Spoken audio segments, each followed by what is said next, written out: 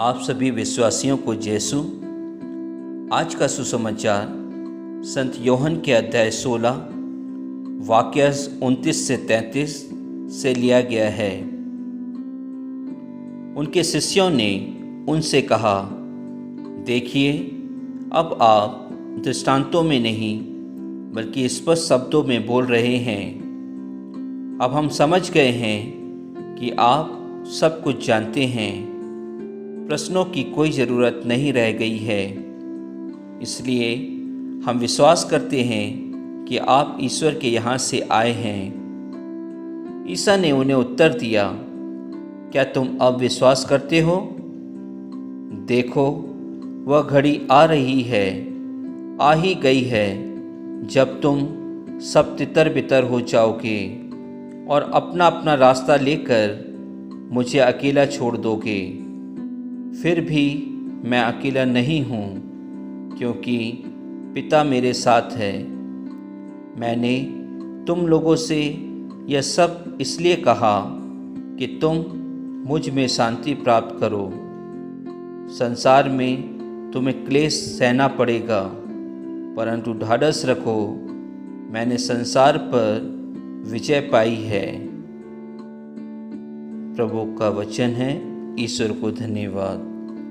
आज के सुसमाचार में प्रभु यीशु अपने शिष्यों को सूचित करते हैं कि वे पिता ईश्वर से आए हैं और कुछ समय के बाद पिता ईश्वर के पास चले जाएंगे, और उन्हें सचेत करते हैं कि कुछ समय बाद तुम लोग मुझे अकेले छोड़ दोगे, परंतु मेरा पिता ईश्वर मेरे साथ होगा।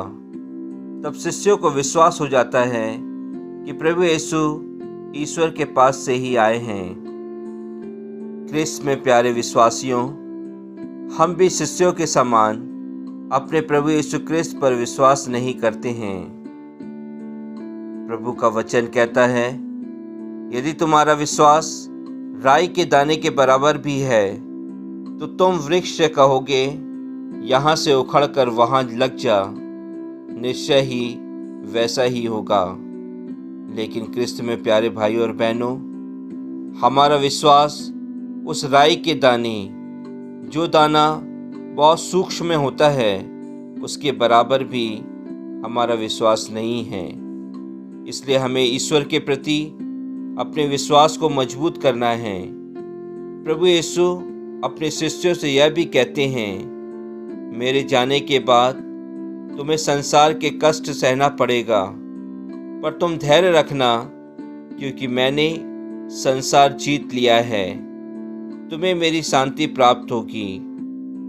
प्रभु यीशु ने अपने शिष्यों को यह भी बताया, जिस प्रकार पिता के प्रति मेरी निष्ठा और विश्वसनीयता के कारण मुझे विरोधियों का सामना करना पड़ा था, कई प्रकार की यातनाएं सहना पड़ा था, उनके द्वारा क्रूसित होना पड़ा था, उनके द्वारा ही मृत होना पड़ा था, पर पिता ने मुझे आनंद के रूप में महिमा और प्रताप में तीसरे दिन जी उठाया।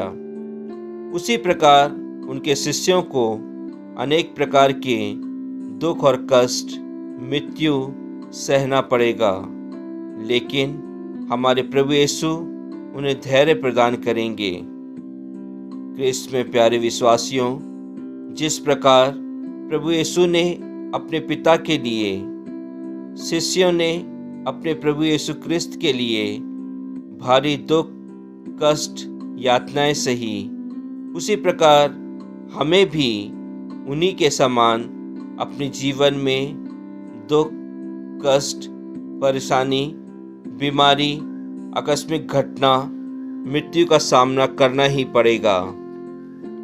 लेकिन प्रभु यीशु, जिन्होंने पहले ही पाप और मृत्यु पर विजय पाई है, वह हमारे प्रति चिरस्थायी उपस्थिति का विश्वास दिलाते हैं, जिससे हमें धैर्य और सामर्थ्य प्राप्त होता है। क्रिस्त में प्यारे भाई और बहनों, प्रभु यीशु क्रिस्त ने अपने जीवन काल में इतने सारे लोगों को कहा, डरो मत, और वही आज हमसे भी कहते हैं, डरो मत।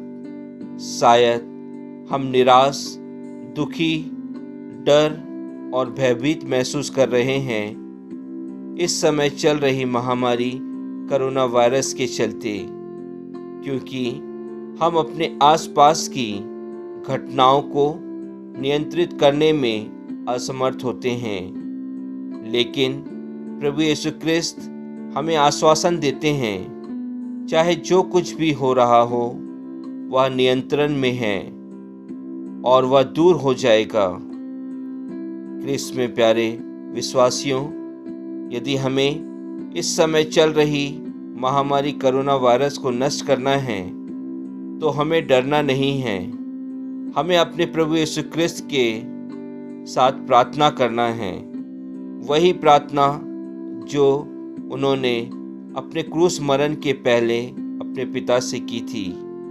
इस विपत्ति की घड़ी में हमें वही प्रार्थना करना है जो हमारे प्रभु यीशु क्रिस्त ने करी थी।